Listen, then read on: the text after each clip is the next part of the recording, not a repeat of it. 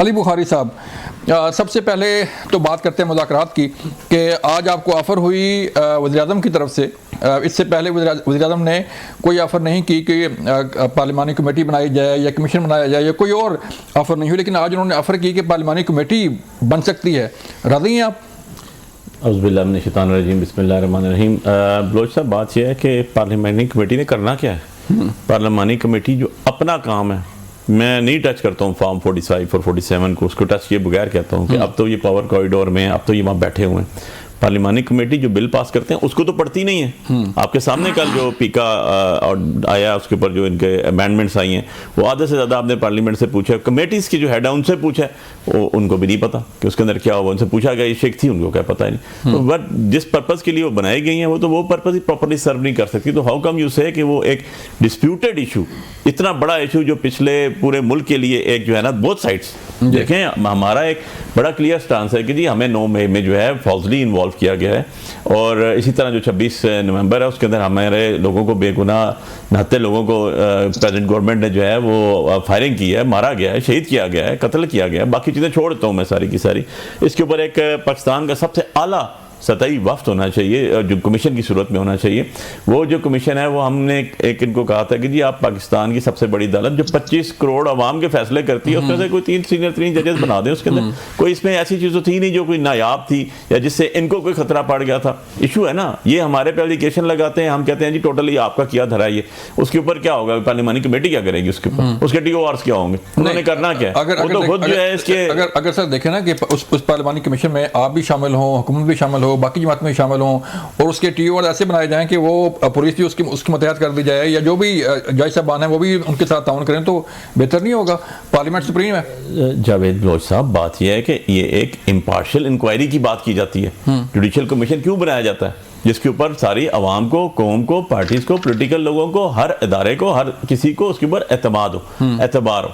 ठीक है, अब बात यह है कि अगर आप अगर सच्चे हैं, अगर आपने अंदर इतनी वर्थ है, इतना आपके ऊपर, आपके अंदर इतना ज़्यादा, मैं कहता हूँ जी कि जमहूरियत के ऊपर और इंसाफ के तकाजे पूरे करने की अगर आपके अंदर इतना ज़्यादा जोर है, तो आप तो 2 कदम आगे बढ़े ना। आपको तो पहली दफ़ा कहना चाहिए था, ओके फाइन जी, हमारा ये स्टांस था, आपका स्टांस वो है, एक डिस्प्यूटेड चीज़ है, इस डिस्प्यूटेड चीज़ अराइज हुई है, मुल्क को आगे लेके जाना है, ठीक है। हम कहते हैं जी जुडिशल कमीशन बनाएं, आप बनाए, जजों को ले आए, फैसला कर दें, वो इसमें कौन सी बात है? आपको तो फैसिलिटेटर होना चाहिए था ना उनके लिए, कि भाई उनको जो चीज़ चाहिए TOR में हम प्रोवाइड करेंगे, ताकि दूध का दूध और पानी का पानी। जब ऐसा नहीं होता तो फिर तो ये नजर आता है ना कि चोर की दाढ़ी में तिनका। भाई आप एलिगेशन लगाते हो और आप कहते हो कि जी हम इसके ऊपर कमीशन नहीं बनाते हैं, पार्लिमानी कमेटी, ऐसे पार्लिमानी कमेटी कैसे बन सकती है? चलें कादर भाई, आपकी तरफ मैं आ रहा हूँ। सर बताइएगा, क्यों नहीं पार्लिमानी कमेटी जो है मामला हल नहीं कर सकती? वज़ीर-ए-आज़म ने आज ऑफर भी कर दिया है कि पार्लिमानी कमीशन जो है बन सकता है और उसमें मुख्तलिफ बातें भी शामिल हो सकती हैं। जाहिद बलोच साहब, बड़ा मजा आ रहा है। अली बुखारी साहब वकील है, उनको कानून की ज़बान में समझाना बड़ा आसान हो जाता है बनिस्बत दूसरे को।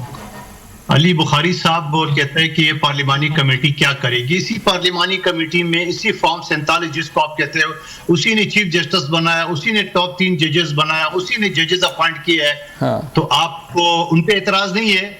जो बनाने वाला है उन पे एतराज है आपको? जी। आप तो अपनी पार्लियामेंट के मेंबरान पे एतबार होना चाहिए, न कि मेंबरान के बनाए हुए लोगों के ऊपर। और दूसरी बात ये कि ये एक जुमले में बड़ा स्पीड से उन्होंने किए अली बुखारी साहब ने, आपने तवज्जो नहीं दी है। हम ये कहते हैं कि टॉप 3 जजेस पे, भाई आप कौन है फरमाइश करने वाले? टॉप 3 जजेस में नहीं पता कौन लोग आपका सपोर्टर है, उसमें से 2 तो आपको सपोर्टर है जो चीफ जस्टिस नहीं बन सके, और वो आपकी जो ना वो गीत गा रहे हैं, आपको कौन बनाएगा? और फिर दूसरी बात ये, हुकूमत को इख्तियार है इंक्वायरी एक्ट के मुताबिक कि वो चीफ जस्टिस को खत लिखे और एक सिंगल जज के ऊपर, माजी में जितने भी कमीशन बने वो सिंगल जज पे बने हैं। आप कहते हैं 3 जज जो ना वो मुकर्रर कर दिया, 3 जज बना ले। तो मैं ये समझ रहा हूं कि ये बातें तो आपने इंतजार किए बगैर 7 वर्किंग डेज शायद आपको समझ में नहीं आई बात। वर्किंग डेज तो एक वकील तो समझ जाता है, आम लोग नहीं समझते, बल्कि आम लोग भी समझदार है कि हफ्ता इतवार निकाल के वर्किंग डेज उसको कहते हैं, तो ये टोटल बन जाते थे 28 तारीख तक। जी जी, आपने तो 28 तारीख से पहले ऐलान कर दिए, क्योंकि आपकी जो चोर दरवाजे के साथ जोर दरवाजे में कि आपके मुज़ाकरात चल रहे थे इस्टेब्लिशमेंट के, जहां आपका चेयरमैन गौर खान मिले थे और उसने चुप के नहीं बताया, जहां वो मीटिंग में बैठे हुए तमाम सियासी पार्टियों को दिखाया, गौर खान साहब को नहीं दिखाया।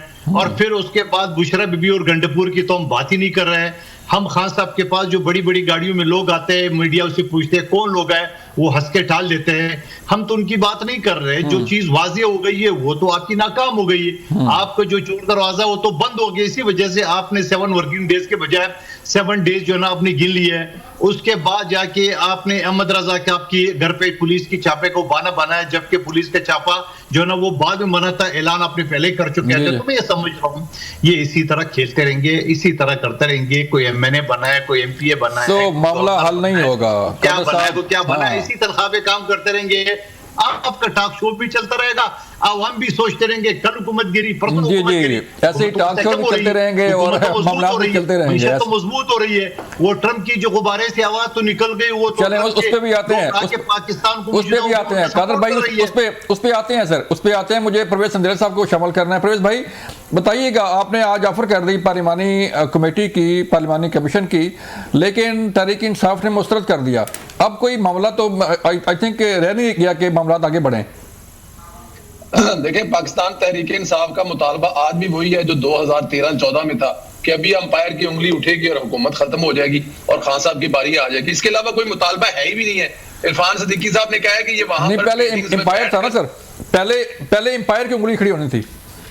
देखिए जी, अभी भी वो अंपायर को ये समझते हैं ना कि अंपायर को जब्बी शब्बी डाली है तो मामला कुछ बेहतर हो जाएंगे, और इस खुशी में जब्बी डालने का मतलब देखिए ना, इनके जो अभी जो चेयरमैन साहब है वो करीब से बड़े आदमी को देखने के फौरन बाद उन्होंने मतलब अपने दिल में एक दिमाग में एक जगह बना ली कि अब हमारी बात बन गई है। हाँ, वो की कहते सी साड़ी गल हो गई है, और साड़ी गल हो गई चक्कर में अच्छे भले मुज़ाकरात जो चीजें बेहतर हो रही थी मुल्क में, एक सियासी तौर पर लोगों के जो आम लोग हैं उनके ज़हनों में दिमाग हो रहा था कि यार ये तो बड़ी अच्छी बात है, तहरीक इंसाफ जो 10-12 साल से अपनी दूसरी पार्लिमानी जमातों के साथ बैठती नहीं है वो बैठने पे राजी हो रही है और मुज़ाकरात कर रही है। देखिए, मुज़ाकरात ही हल होता है ना।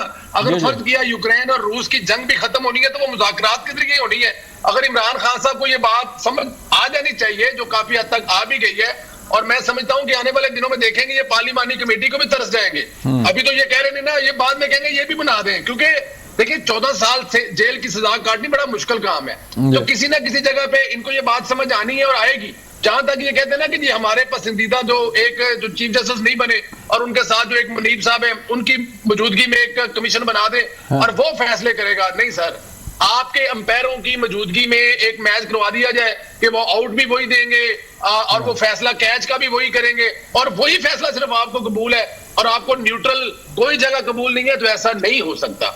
ये मानना पड़ेगा। और देखें दूसरी बेस में देखें, इसमें एक और भी प्रॉब्लम है। अदालतें उन मुजरिमों के बारे में फैसले कर चुकी हैं, जिन मुजरिमों के बारे में, जिन वाकयात के बारे में ये कमीशन चाहते हैं, उन पे तो फैसले हो चुकी हैं, सजाएं हो चुकी हैं। तो जब सजाएं हो चुकी हैं इसका मतलब अदालतें अपना काम करके सजाएं दे चुकी हैं, तो उन्हीं अदालतों से दोबारा फिर ये कह रहे हैं कि एक और कमीशन बना दे, तो ये टेक्निकली मुमकिन ही नहीं है मेरे ख्याल से। सही है। चलें, मामला जो है अभी हल तो नजर नहीं आ रहा। यहाँ पे लेने एक ब्रेक, मिलते हैं ब्रेक के बाद।